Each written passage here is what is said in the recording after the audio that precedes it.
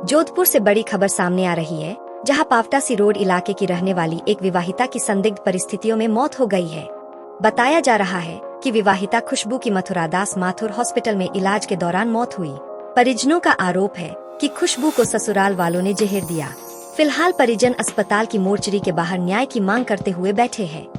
जानकारी के मुताबिक खुशबू धर्मधारी की रहने वाली थी और उसकी शादी साल 2022 में हर्षित सिंह राजपुरोहित से हुई थी, जो फिलहाल 29 पावटासी रोड महामंदिर में रहते हैं।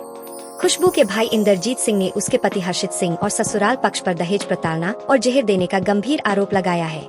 पुलिस ने मामला दर्ज कर जांच शुरू कर दी है। वहीं खुशबू का पोस्टमार्टम थोड़ी देर में करवाया जाएगा। यह मामला अब पूरे जोधपुर में चर्चा का विषय बना हुआ है। खुशबू की शादी 2 मई 2022 को हुई थी। ठीक है, तो शादी के बाद से उसे लगातार दहेज के लिए डिमांड की जा रही थी। उसे बार बार टॉर्चर करा जा रहा था कि भाई अपने बाप से कहे कि हमें कार दे, अपने बाप से कहे कि हमें सोने के ब्रेसलेट दे, सोने की जो चैन दी है वो पाइप वाली दी है, तो उसको बोल के तेरे बाप को बोल नीमन चैन दे। जो महिलाओं का जो आभूषण होता है बाजू, तो हमने जो बाजू करवाए थे उसके लिए, तो उसकी सास को वो पसंद नहीं आए, तो उसने वो भी उससे मतलब जबरदस्ती उसको परेशान किया, बहुत टॉर्चर किया, उसके साथ मारपीट की। तो फिर उसने वो बोला कि मम्मी बाजू की मेरे को ये डिजाइन समझ में नहीं आई है, मेरे को नया बाजू करवा के दो।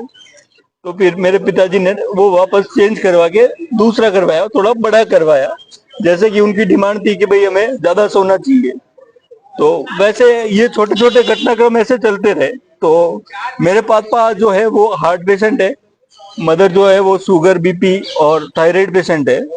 तो वो चीजें उसने खुल के हमारे साथ डिस्कस नहीं की कि भाई अगर ये चीजें मेरे पापा को पता चलेगी तो वो मतलब उनके ऊपर कुछ भी हो सकता है उनके साथ, तो वो अंदर ही घुटती रही। तो वैसे वैसे इनकी हिम्मत बढ़ती रही, ये लोग उससे ज्यादा टॉर्चर करने लगे। मतलब अभी ये कंडीशन थी कि 4 महीने से वो हमारे घर पे ही थी, पियर में ही थी वो।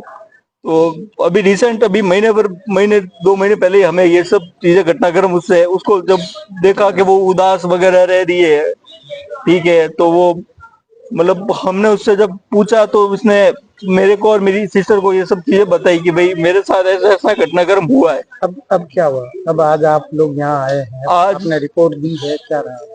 अभी ये है कि ससुराल वालों ने उसको यहाँ लाके अभी 16 अक्टूबर को वो लेके आए, ये बोल के कि जो हो गया वो अब वापस कभी नहीं होगा और हम इसके साथ कुछ गलत नहीं करेंगे, ये आश्वासन देके वो लेके आए। और यहाँ लाके उन्होंने 21 तारीख को उसे जहर दे दिया और उसके बाद में अपने घर पे ही रखा।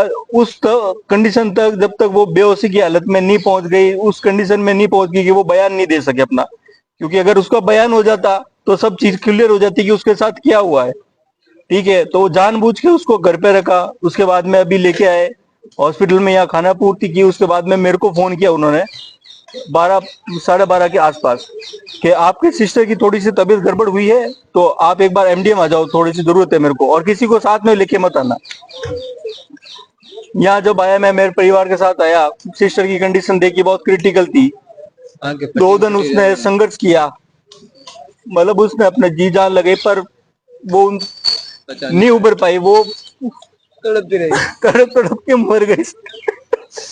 अब आपने रिपोर्ट दी है? कल रात को हमने रिपोर्ट दर्ज कराई थी। ठीक है, अब आप क्या? अब हमारी मांग सिर्फ इतनी है कि दोषियों को पकड़ा जाए। हमें दूसरा कोई लोभ लालच नहीं है, हमारी दूसरी कोई मांग नहीं है। हम सिर्फ इतना चाहते हैं, दोषी को पकड़ो, आप उन्हें जेल में डालो और बच्ची को न्याय दो, बस। ठीक है, आप